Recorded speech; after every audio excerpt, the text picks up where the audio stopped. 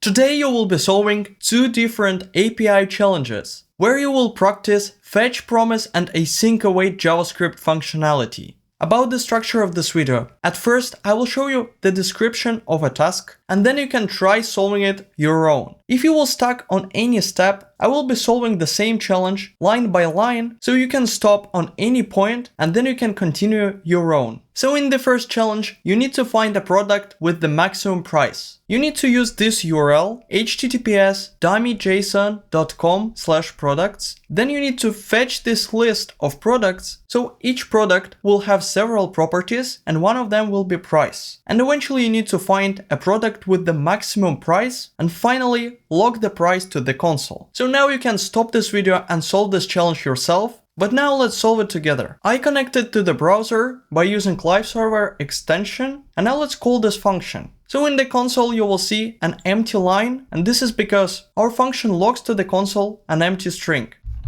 So we can change this parameter. For example, we can write hi. So it means that our function works, and now we can see in the console the result. So now let's start solving this challenge. So at first I would connect to this URL. For that, in JavaScript we have a function fetch.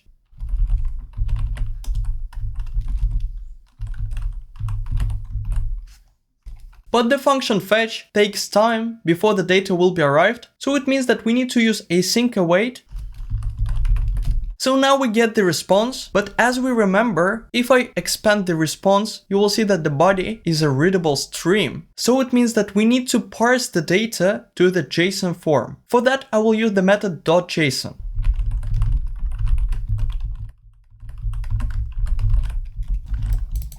Again, we see a promise in the console, so it means that this function also takes time and we need to write await before this function.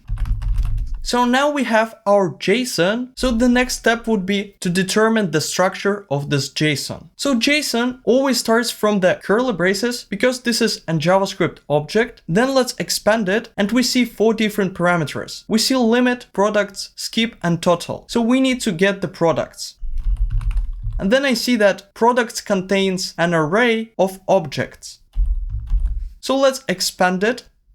And now I see many objects. So then let's expand one of these objects. And here we need to find the property price. So we can find the price inside of this object. And the type of the price is a number. So this is exactly what we want to get from this object. So now when we know the structure, we need to think how to get the price. At first, you might think that we need to iterate through all the objects, but the first item is an object. So this is not an array, and it means that we can just store it in a separate variable. But inside of this object, I see the property product, which is an array. Let's store this product into a separate variable.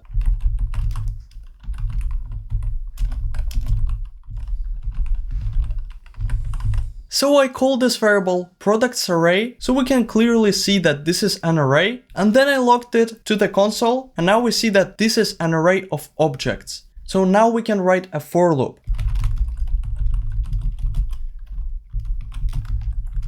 Inside of the for loop, we want to access each item individually. So for that, let's write a new variable product.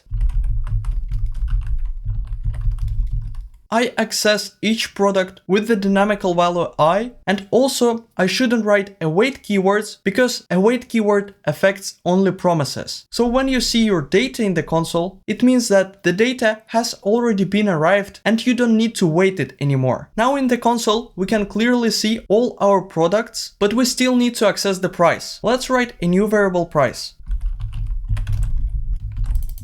Now we access the price of this product. So how to determine the maximum? I think that the easiest way is to create a new variable outside of the loop, and then we will call it max price. I also declare it by using the let keyword because we will change it later. And then I can give a default value, for example 0, because we want to start from the minimum price and then we'll compare it to the actual price that we have. So for that, let's write an if statement. So I check that if the current price is higher than the maximum price, it means that we need to reassign the maximum to the current price.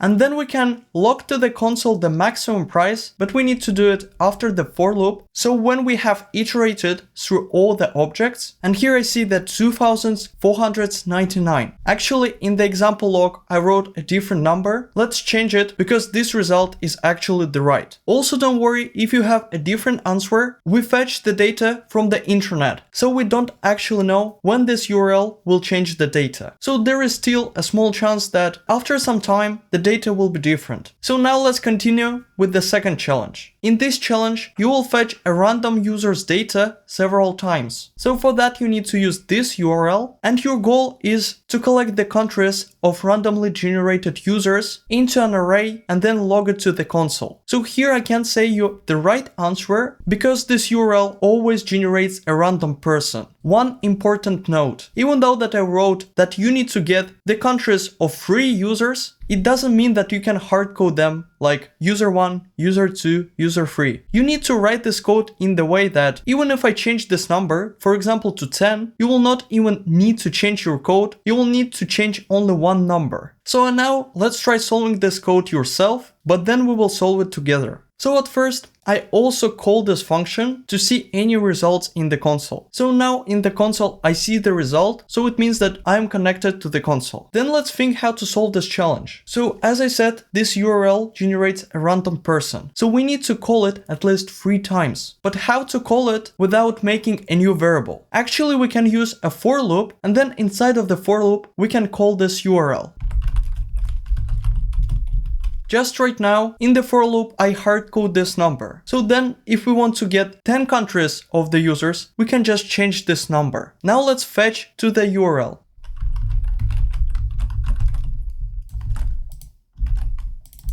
We see promises in the console, so it means that we need to use async await.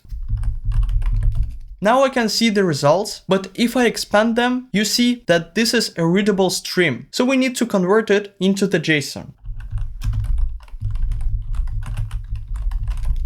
So I remembered that this function JSON also takes time, and this is the reason why I wrote await keyword. Now we can clearly see 3 results in the console. I want to see only one user right now, so I will change this number to 1.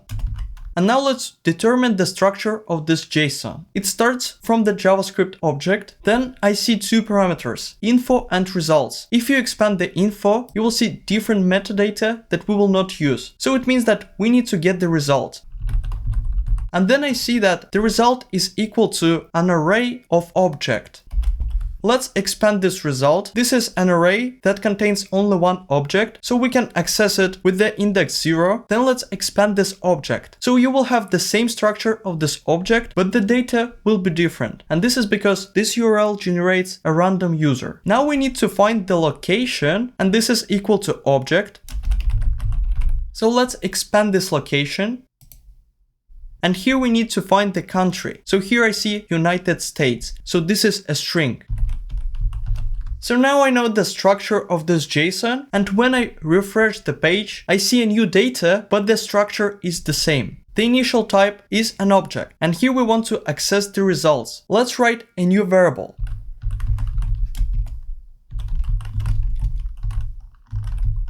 Now in the console you see that the result is an array and it contains only one object. So we don't even need a for loop, we can just access it by the index 0. And now I see that our user is an object. So and here we want to find the property location. The location is also an object, and here we want to find the country. So and this is the actual data that we need to access. So now we need to store them into an array. So for that, before the for loop, let's create a new variable. I create the variable countries, which is equal to an empty array. And now instead of logging this country, let's push it to our array. And then let's log the countries to the console. Now I see only one country, so let's return this number back to 3. And now, after some time, I see 3 countries in the console. So if we want, we can even change this number to 10. and then as the result we will see an array with 10 country names. My congratulations! Now you have solved these two challenges, and it means that you can work with basic APIs. So why we call these challenges API challenges? API is a data that you get from another source. So for example from the internet or from another application. So in this challenge we have been accessing the data by using the JavaScript fetch, promise and async await functionalities. Thanks for watching.